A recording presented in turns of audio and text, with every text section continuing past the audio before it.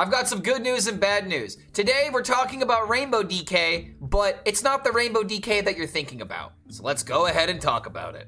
I've got a little bit of a story here, and I have data that I can use so you guys don't just have to, trust the source of just trust me, bro. But believe me when I tell you that I think I have found the best DK deck, because yesterday there was a player by the name of Kolia Slayer that was able to reach rank 1 legend with a new version of Frost Unholy DK that they were able to reach rank 1 legend with as of yesterday. They've kind of, gone down a little bit because their rank naturally decayed, and then they tried to fight it back, and they're actually playing right now, currently going on a little bit of a losing streak, but they did manage to reach rank 1 legend with this archetype, and we're going to be exploring it because DK, as of right now, is honestly all over HSReplay at the moment, and it's kind of confusing because there are a lot of different archetypes floating around right now. And the reason why I'm referring to this as a Rainbow DK is because Button's Rainbow DK, or Rainbow Spell School DK, has essentially, taken over as one of the best decks in the game, not just as one of the best decks in the DK class in particular. So yeah, Button's DK is what this deck is affectionately referred to as. Some people call it Rainbow DK, but that's just confusing, so I'm just gonna call it Button's Tempo DK, because that's essentially what this deck does. It pushes tempo, it has cards like Horn of Winter, as well as Mario Manipulator in order to end the game, give us, gigantic, booms in tempo, and, just do what this deck does best, play minions, go face, and somehow kill your opponent very quickly. It's a good old-fashioned tempo deck, but again, if you look all over HSReplay, there are a lot of lists running around right now. There's a list with like mining casualties, there are some lists without mining casualties, there are some lists that are running, Chillfall and Baron, and some Cabaret headliners, but the list that we're going to be looking at today is this particular list right here, that has 1 Cabaret headliner, the copy of Hell Yeah, 2 natural talents, as well as the Molten Magma, and we'll go through these particular cards in a second, because when we look at HSReplay, this deck actually doesn't pop up. The Hell Yeah makes this deck pop up as Plague DK, even though it's not really a Plague DK, even though it does technically win the game with Plague. So let's just go ahead and start talking about it, because right now, the meta is pretty much solidified. Diamond through Legend, top 1000 Legend, as well as even 10k Legend are all playing the same decks. If you literally organize the Donkey website by total games, you are seeing a lot of games with Tempo Druid, Buttons, Rainbow DK, Concierge Druid, Spell Mage, Evolve Shaman, as well as Insanity Warlock. These are the decks that people are playing, as well as Zarimi Priest, a different version of Buttons Rainbow DK, an Odin Warrior, Highlander Druid, Elemental Mage kind of finding its way here. That's kind of interesting. Aggro Paladin and Painlock are the decks that people are taking from Diamond to Legend. In the actual Legend ranks themselves, you start to see, a bit more of Highlander and some other DKs as well. So there's a lot of different archetypes that are, popular right now. But I gotta say, Blizzard, if you want Druid to not be on top, you kind of did a bad job at that, because Druid is still one of the best archetypes in the game. Whether or not it can be beat is not the problem. The problem is so many people are playing it to where you have to now be running a deck that can beat Druid and should beat Druid, and that is what's going on at top 1000 in particular, to where we're organizing by win rate right now instead of total games, because the decks that have the highest win rate are the decks that are beating those popular decks that I just showed you. Insanity Warlock is making a huge comeback because it just eats Druid for breakfast. Rogue decks are starting to make a comeback with all these ridiculous combo decks that pop off against the slow Druids. The Button DK that we will be talking about, the Double Frost Unholy, which is starting to take the top Legend meta by storm. This is a real consequence of what happens when Druid's on top. But if we look at the total games, looking at top 1000, it's still roughly the same. Tempo Druid, Concierge Druid, Insanity Warlock, Buttons DK, Tempo Druid, Spell Mage, Evolve Shaman. These are the decks to beat even a top 1000 Legend, so the win rate is going to naturally go up when you go up against, or when you counter the meta, so to speak, when you go against what the meta is doing and you try to actually counter it, for lack of a better term. I can't really think of a better word than that right now. So yeah, let's look at HSReplay, because the things are crazy right now. Warlock is now on top of the meta. Paladin was sitting at number 4 yesterday, with Shaman sitting at number 2. So Paladin and Shaman have essentially flipped around, even though they're about 1% away. So there's a lot of activity happening from 2 through 4. But there's also Death Knight, which was sitting at below a 50% yesterday. So Death Knight decks are starting to get a little bit more edge, at least in the past 24 hours. So looking at the data, it's unfortunately sad to say that Plague DK is the deck we're talking about, even though this isn't really Plague DK. It's got the Pupils, it's got the Down with the Ships, it's got the Hell Yeah. There's a very legitimate reason why the deck was built this way, and I'm also sad to note that I can't really pull that much data from other rank brackets because this is the Diamond through Legend bracket. When I go through Legend and Top Legend, Top 1000 Legend, this deck does not appear because there is not enough data supporting it. But as you can see, this archetype is still being explored very thoroughly, and even at Top 1000 Legend, there's a version of this deck, albeit it may not be the best built for the particular meta that you might be encountering at Top 1000 Legend, but you are still seeing these cards emerge and these archetypes see exploration. So let's go ahead and talk about what we are experiencing with this really weird non-booty Frost Unholy DK. And I just had to give a shout out to this card because I gotta admit, guys, the booty DK is not good, but believe me, this is the good version of the deck, and I have a lot of data to support it.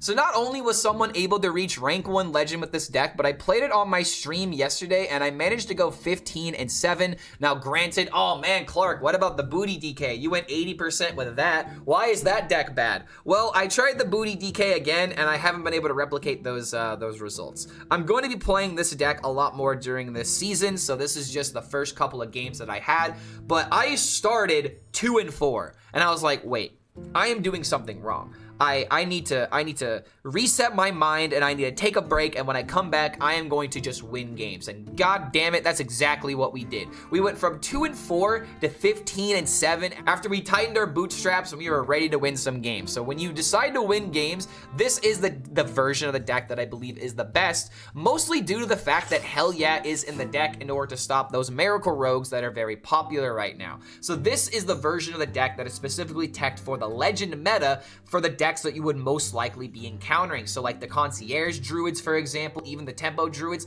they hate seeing Hell Yeah because the deeper they dig into their deck, the more likely they are to be taking damage. So shuffling the Plagues with Hell Yeah is a very legitimate way of beating some of those very, meta-relevant decks that you will be encountering. So cards like Cabaret Headliner, for example, is like a card I've been talking so much smack about because I'm like, there's just no way that a card like this is good. We do not have the proper usage and the utilization for this kind of card. We don't care about the mana cheat. We just want to play cards and play for tempo, right?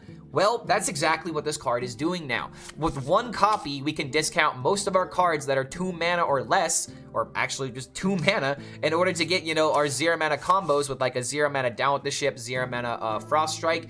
Even a 1 mana Natural Talent is still very good, but the main reason why there's one copy of this is because having the cards is more important than anything. So if you don't have the cards, you really can't utilize this card. Having 2 of them feels a little clunky because there just aren't that many spells in the deck, but one card that is an absolute must-have, must-craft, must-mulligan for, actually, is your buttons. And I have to say, Blizzard, you gave me this card at the right time. I opened signature buttons like a week before they buffed him, so now I love him all of a sudden. When I first got him, I didn't want anything to do with him, but now I can't help but love this smile. So the reason why buttons is good is for one simple reason.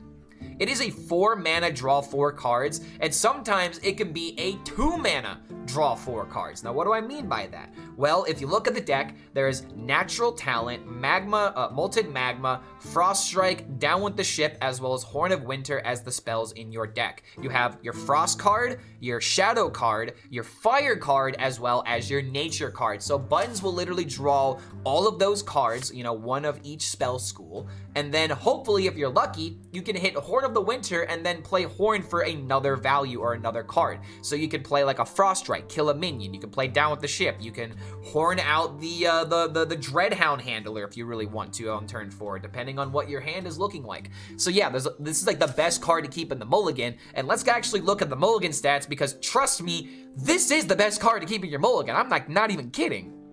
Looking at the mulligan stats from, unfortunately, just Diamond through Legend, because we don't have a lot of stats to look at right now, but this is still just the best cards to be keeping based off of the mulligan win rate. It's kind of funny how the Mara Manipulator is this high on the stats, but if you look at the kept cards, people mostly keep the Miracle Salesman, the Gorgon Zormu, the Harbinger of Winter, as well as the Dreadhound Handler. But here's buttons right here, sitting at a 58% mulligan win rate, and I definitely believe that the Mara Mera Manipulator is not accurate. It's definitely more of a played win rate card. I don't know why the stats are reflecting this. Is just kind of what happens. And in order to prove this point, here are the Mulligan stats for a deck that is very similar, that is running Mining Casualties in place of a few other cards. I don't know all of the changes, but it looks like, just at first glance, actually, okay, so there's Barons, there's one less down with the ship, there's no Gorgon Zormu, and there's some other card missing. I can't figure it out. I'm not a Hearthstone genius, but I wanted to try at least. But here's the point, dude. Buttons,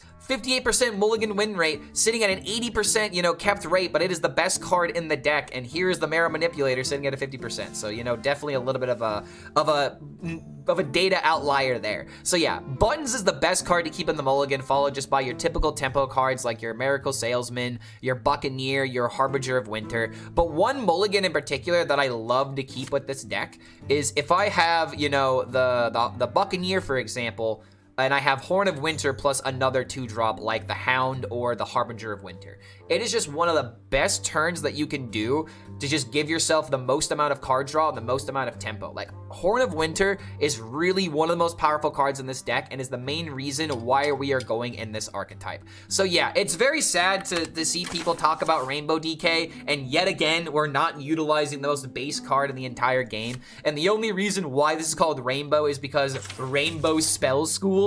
But yeah, if you want to play the new Rainbow DK, or as it's affectionately known as Buttons Tempo DK, I highly recommend this deck because this deck is just a classic case of just play a minion and win the game. And honestly, I didn't even talk about the Razzle Dazzle yet. Oh my god, we have to talk about the Razzle Dazzle. So this is the whole reason why we're playing the Rainbow archetype. And something we have to talk about with this card is that it is literally a 6-mana summon, a 5-drop without anything being played before it. Like, if you haven't played a spell, then this is just, you know, 6-mana summon 2 minions. Now, that may not sound insane, but just really think about that for a second. If you play any of your other spells, you are getting an extra 5-drop minion. So even with one spell school played, this is a 6-drop summon, 2 5-drops. That's already really good. So if you have a Horn of Winter, a Shadow card played with the Down with the Ship, and if you also have like a Molten Magma played, this is now summoning 5 cards. It may say 3 on the card, but it is summoning 5 minions because the battle cry first happens and then it repeats.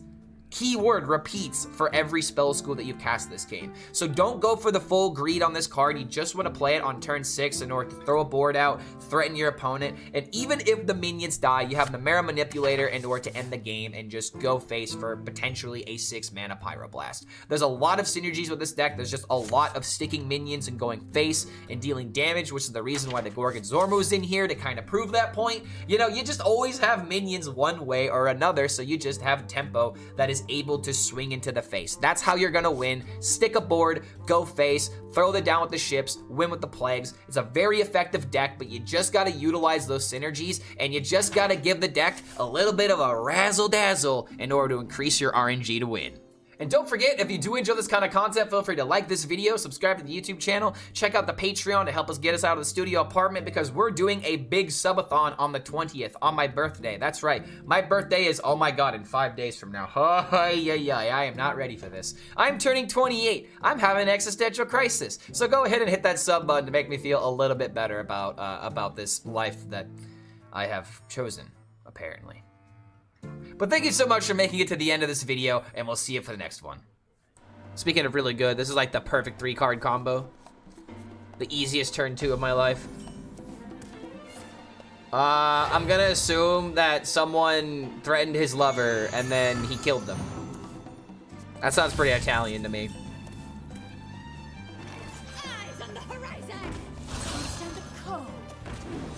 Hell yeah, kill rogue. Maybe there's blood unholy instead of blood out there waiting to be found. Honestly, we went up against one the other day. It definitely exists.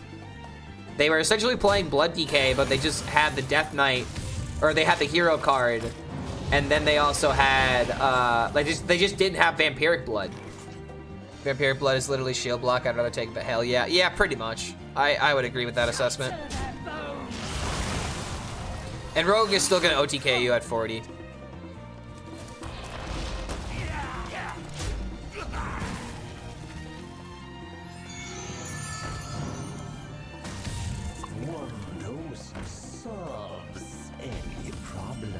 Natural talent's pretty good off the top. Shatter their bones.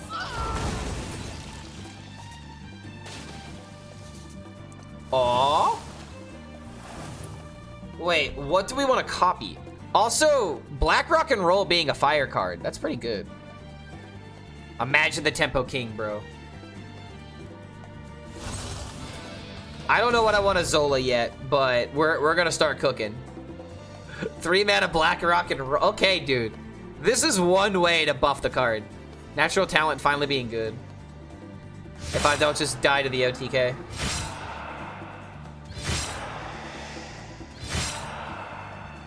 No, it was always a fire card. Same with Mixtape. It was always fire. Which is hilarious that they made it fire, but I digress.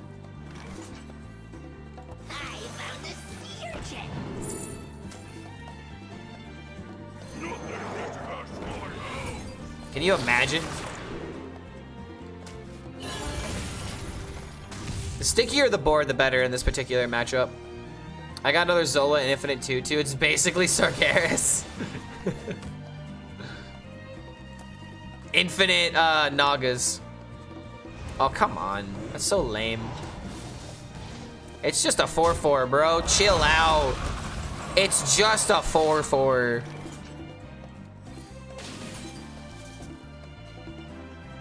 Wait.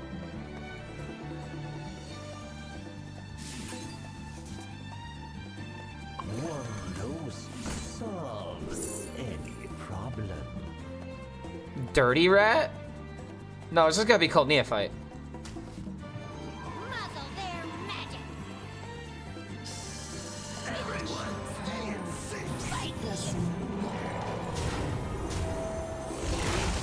Part of me was thinking about playing the double Dreamboat there. Or at least one Cult Neophyte and then, oh, god damn it. Is that really enough? Oh my...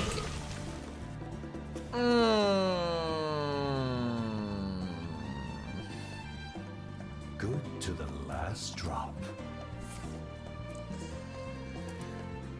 This really is the new newbie killer, isn't it? Okay, hold on a minute. He's taking the damage here.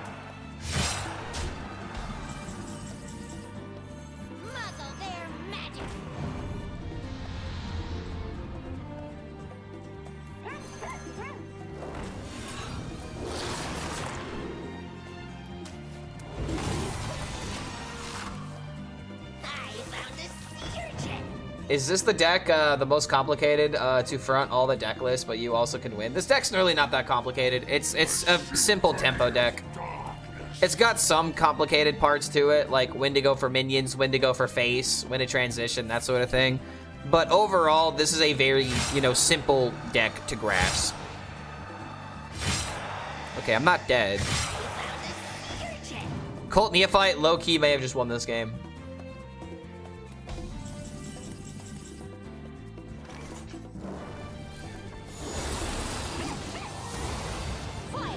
Nice.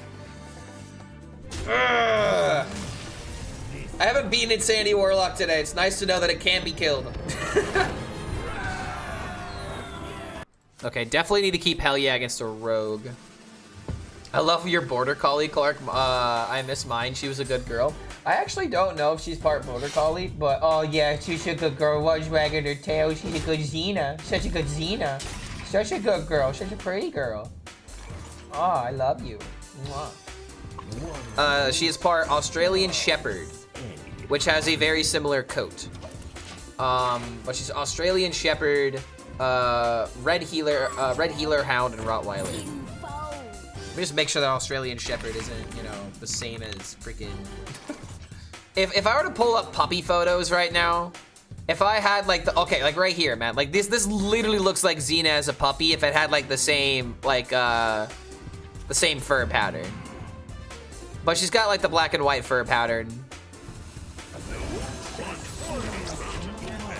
We're gonna do this just to get the cheese value immediately. Maybe this is wrong. How's this deck feeling so far?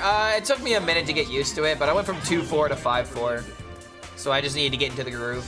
Okay, real Garazzo, that's exactly what Tic Tac said. Yeah, Kalia, whoever that is.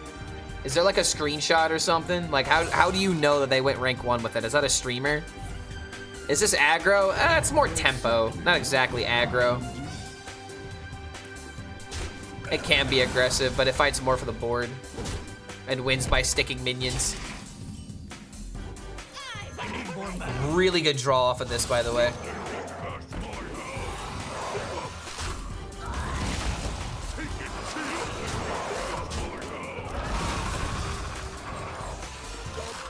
Now we can play the Hell Yeah, the Cheeses, summon 4 drops next turn. Then we have the Razzle Dazzle, but at the same time, Razzle's not really good right now. Kinda need to draw the buttons. Okay, Rekvam's chat? Gotcha. Okay, so maybe I could find proof in Rekvam's stream. My dog used to sit on the bed and watch me play like that and tail wag as soon as I made eye contact. See, shepherds are very emotional dogs. Like, shepherds in particular, they need stimulation. I know all the steps. Wait, what is he doing? This seemed like a very wasteful use of resources.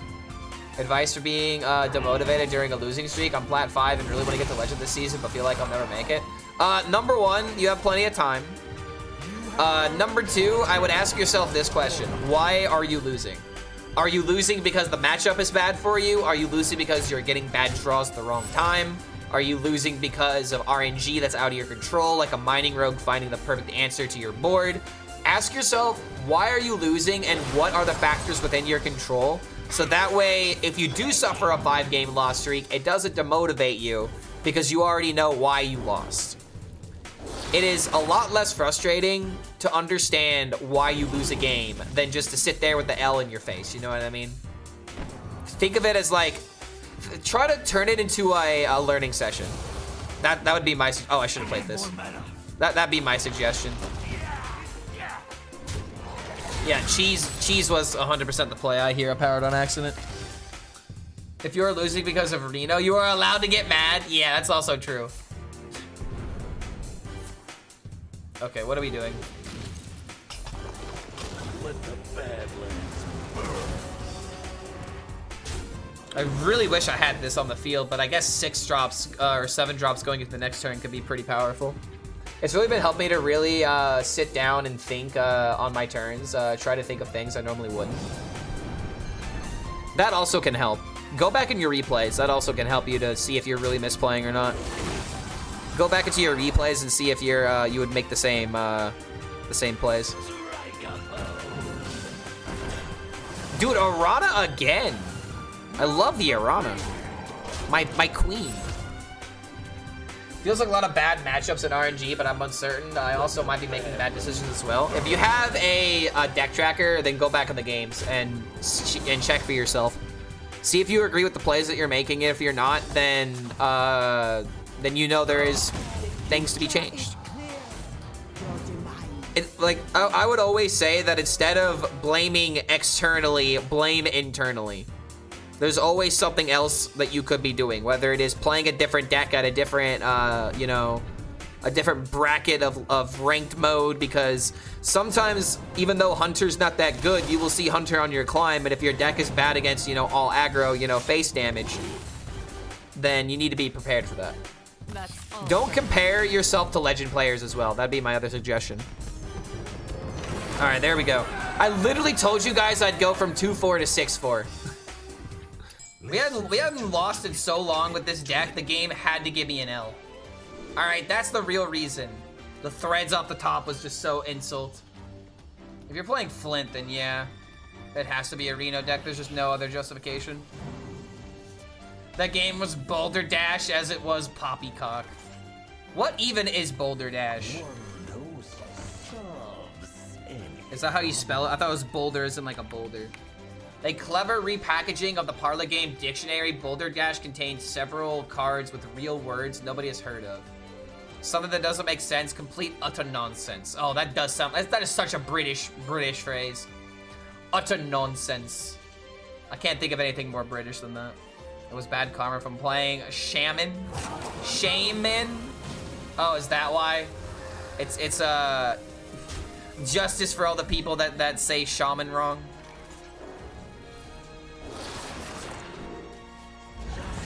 Does this just kind of just win from here? We used up all our good luck on switching classes, and then when we switched black, we went back to the ladder tax. Oh, God, it all makes sense, guys. We got hit with the ladder tax for switching decks again. Hell yeah, I must have in this. Yeah, kind of. Hell yeah is really good against the rogues if you're in top legend. Okay, I wanted to coin this out. That was actually a mistake. Oops. Crimson strike. But it's fine. I clicked the wrong golden card. That is on me. Hi. That's a good card. I refuse to craft the plague card so far, but maybe. I mean, I wouldn't stop crafting Hell Yeah. Because think of it this way. Hell Yeah is a win condition. It's not a plague card. It's your, oh, they're playing a miracle deck, I'm gonna disrupt them.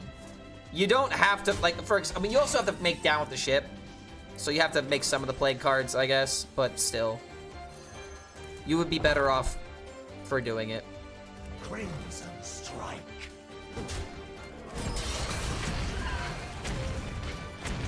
All right, next turn we'll do some trades. Set up for the Marrow. Yeah, Hell Yeah is just a really good card. Hell Yeah sees play even in non-plague decks. That's how you know it's good. All right, if I lose to Elemental Mage, I need to do some long thoughts in the night. I need to think a lot if I'm about to lose to this deck. Buttons? Insta-play buttons. Give me Horn of Winter.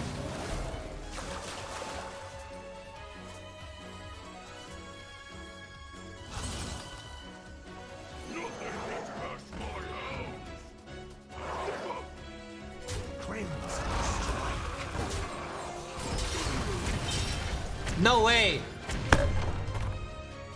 Ah! Ah! Hurry on.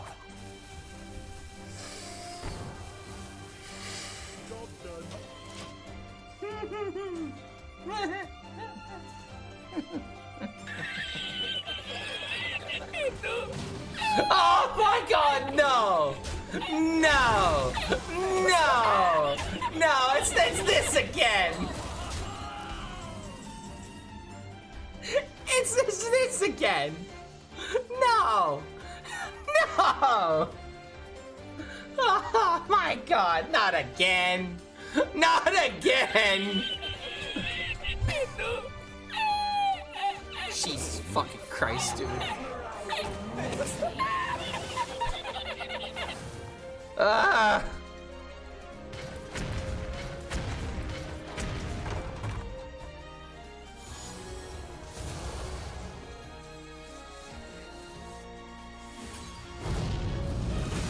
Okay. Please don't instantly draw it.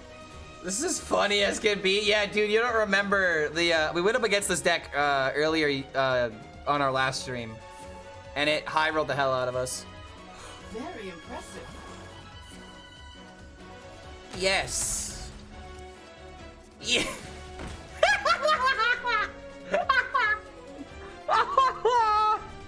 Six mana 2/1. Very impressive. 6 mana 2/1. 6 mana 2/1. Oh my God. Okay, okay. Hearthstone is funny again. I will find a way. You have earned an eternity of torment. Ah, man, the cannons.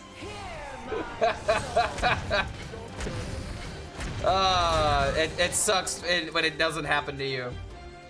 You laugh, but that 2/1 is savage, though, bro. I think we just got the future balance patch. That card's gonna cost 6 mana now. You want infinite loops? No more. Infinite loops are gone. They do not exist anymore. This guy's just sitting here, just wondering why. Why would I do this? I find it funny that Elemental Mage is trying to cope with the big Spell Mage buff, but it's just not good. That's so sad. It's so sad, dude. I don't want to do it, but, you know, indiscriminate punishment. Man, the cannons.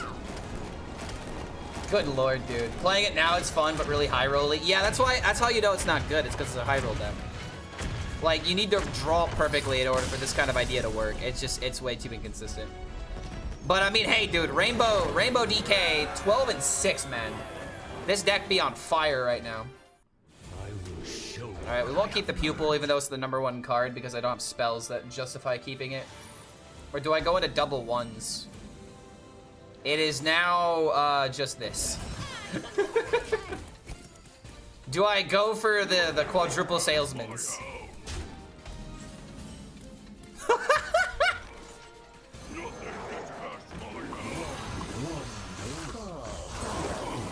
Yo! Yo!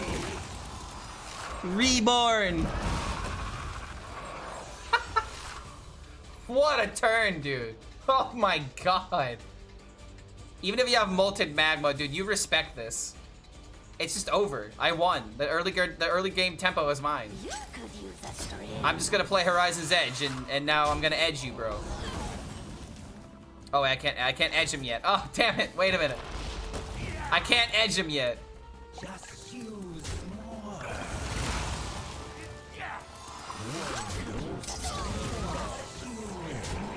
All right, looking pretty good. Rainbow DK just doesn't compare to the tempo from Horn. Miss, miss, miss. Damn, pretty good outcomes. Reska's already at 8.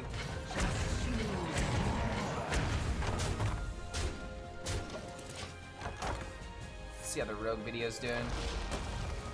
Let's go. 4K views in about 6 hours? That's pretty good.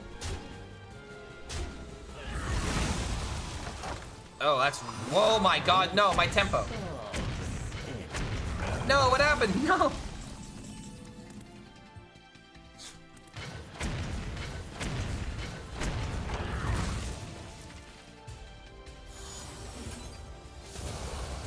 I guess I do this, and I might have like an insane turn where I can like Brittle Bone into this, and then also play the Marrow.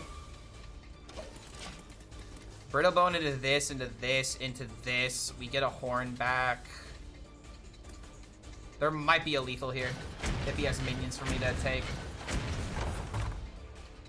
Mining Casualties. I need like a 3-attack minion. Those solves any problem.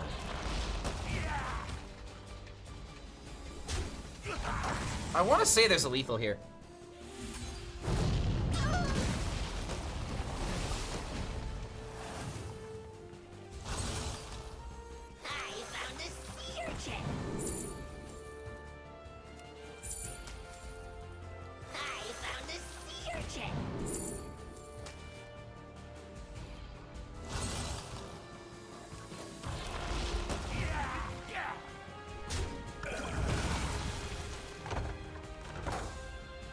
Damn, it's so close.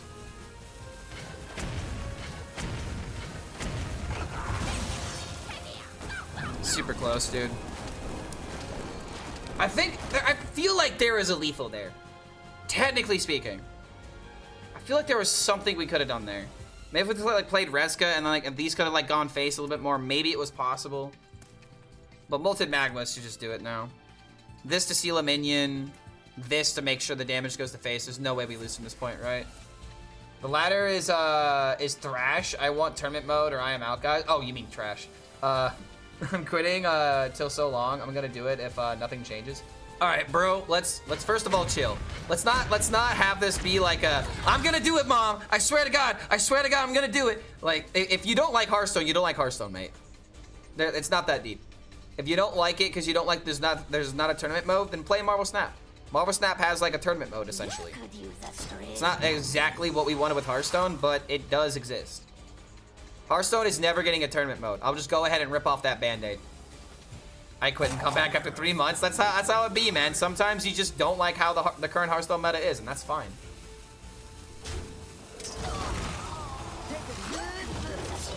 No.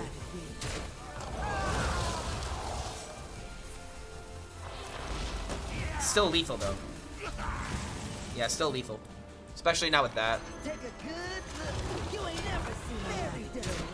We also had this in order to kill him with the hero power. Alright, dude. absolutely freaking nuts. 13 and 6 with this deck is insane. One more for the almost, would it be 70%? So that was my response. There were talks of the possibility of an in-game tournament mode early on. Haven't heard anything about that in a few years though. Yeah, there's nothing coming out. Let me go ahead and squash any rumors. There's no tournament mode. Trust me, man, I'm trying. I'm trying so hard to convince Blizzard that's worthwhile. Like, the idea that your esports scene matters, I don't know, I can't sell that anymore. The esports scene should matter, and the tournament mode is a way of letting people do this kind of stuff. But their justification is creators can just, you know, have people do it in friendlies. There's no reason to have a client, you know, overhaul for it. Even though I completely disagree with that. It's like, you wouldn't need Fireside Gathering. You wouldn't need, you know, like all these different like tournament like websites and whatnot if the tournament mode just worked. Now, granted, you have to ask yourself, what does the tournament mode look like? And then people have different answers and different visions in mind. What I want is a client to where I can organize a tournament. I can organize people like in a Battlegrounds lobby, for example. I can get people to join a room, and then they queue into each other, essentially. They can choose their deck, they can go from there, and then battle, and then it goes into the next game. Yeah, custom game mode. I want custom game modes. Because this is essentially like a sandbox. We could make this like a sandbox type thing to where you can make your own custom games to where it's not just about being tournament mode. It's not just about the tournament mode at that point. Do I have rush cards in my deck? I have Reska. Oh my god, let's go. Okay, pretty good. Client is cleaner, faster. It also attracts more players more. Yeah, exactly. It makes Hearthstone have so much more legitimacy behind it if we had like a tournament mode. The albatross seller. Snake oil. Yeah, they mean this oil selling. No, you were right the first time. Ingredients. Who's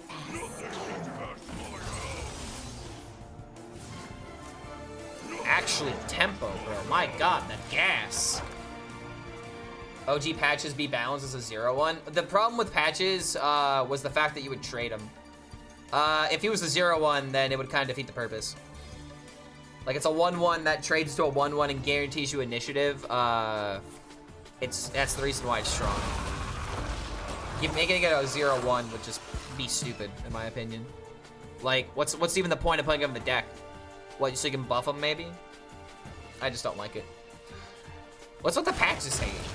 Is patches even that good in Wild right now? Sorry, I'm out of touch when it comes to Wild.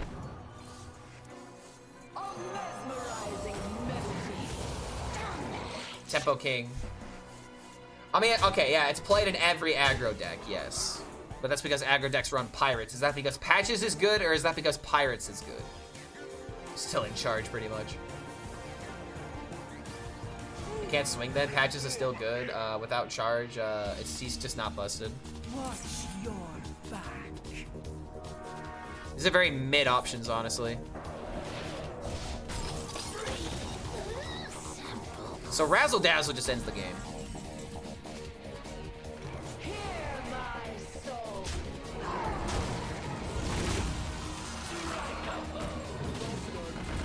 This deck really is just busted, dude.